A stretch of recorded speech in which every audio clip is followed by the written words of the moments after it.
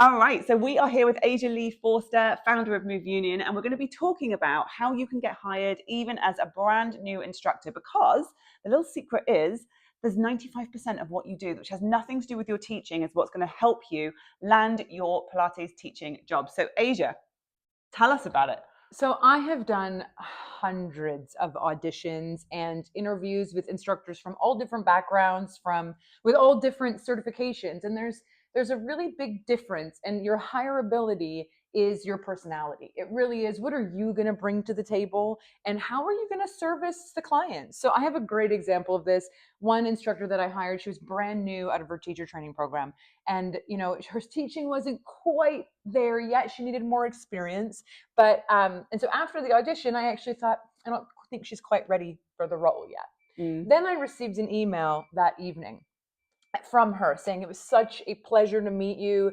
I'm really keen to learn, which is another huge thing, is that if you're really keen to develop and learn, and you make that like a verbal agreement almost in that interview, I would way rather hire you than someone who is kind of snobby and stuck in their ways. So she said, and I also know that, the other person that I was working with at the time said that she's from Miami and she loved sushi. And she said, here's my favorite sushi places in Vancouver that I know that you would really love. She put a huge list out. You need just really personable. She really showed us that she listened. And I thought, if she's going to do that for me, she's obviously going to do that for my clients.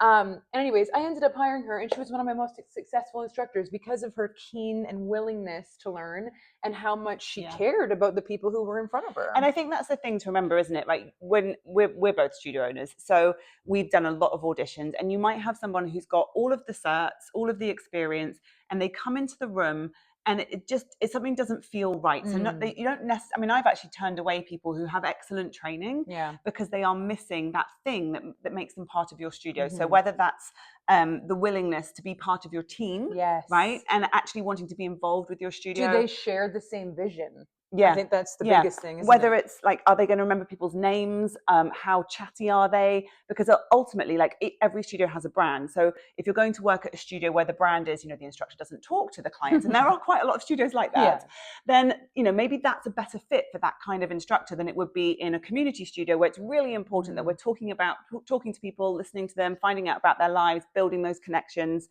And I just want someone who's able to really connect with people. It's a customer service job. It's a customer service job. And I think sometimes we forget that as being Pilates instructor, studio owners, that we are servicing a customer. So how are you going to go above and beyond for us?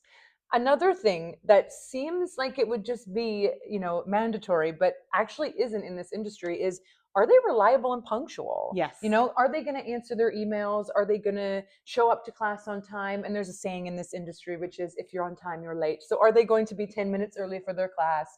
Or are they going to be rushing in right at 6 o'clock with their keys with all the students?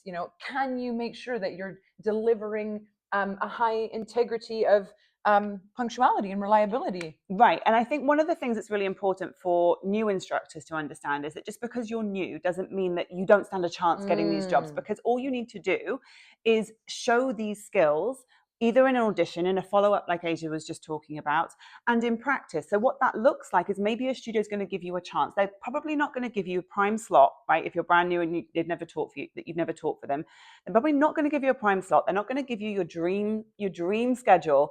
But when they offer you a class, jump on it and then be reliable, even if it's that, like, 6 a.m. on a Sunday class. We've all had to do it. We've all had to do it, time. Right?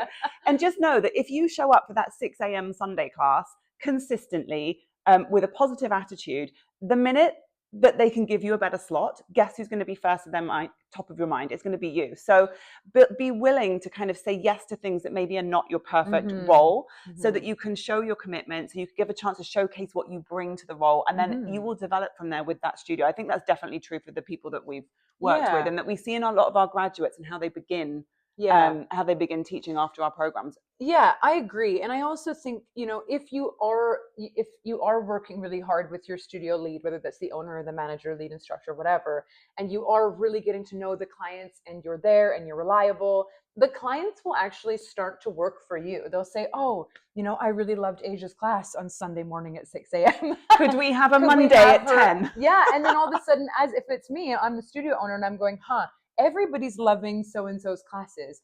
I got to get them a better spot because they clearly are servicing my members in a way that I really, really want to spread. So let them work for you. Okay, I have something else that I want to add for this. And this is again, this comes down to being a part of a team. But one thing that always really impresses me about an instructor that has nothing to do with their teaching is how they take care of the space. So I actually know that there are studios out there, and this is part of their audition/interview process. And this is so sneaky.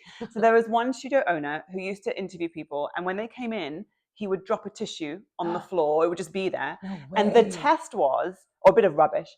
And the test was, would they walk past it or would they bend down, pick it up and tidy up the spot? And that was part of the audition interview. Sneaky. I don't know what would you do.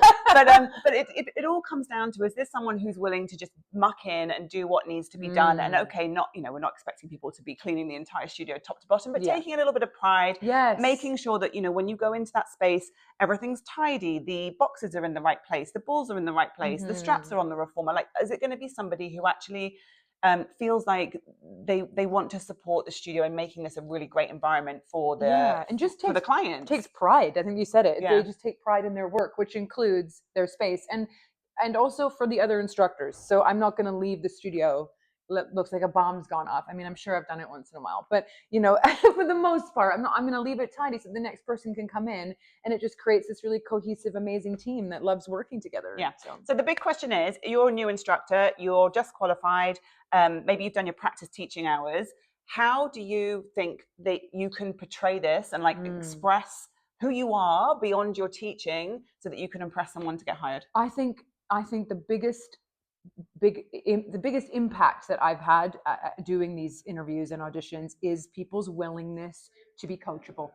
So I think if you can express that and say, even though I'm new, I am so eager, I cannot wait, go to their classes, go to the other instructors' classes, really get to know the studio's brand, make sure you're a part of the community. Don't just show up and say, I'd love to work here, but you know nothing about them. No, we really invested, and be coachable. And you are so valuable. You are so valuable. Love that.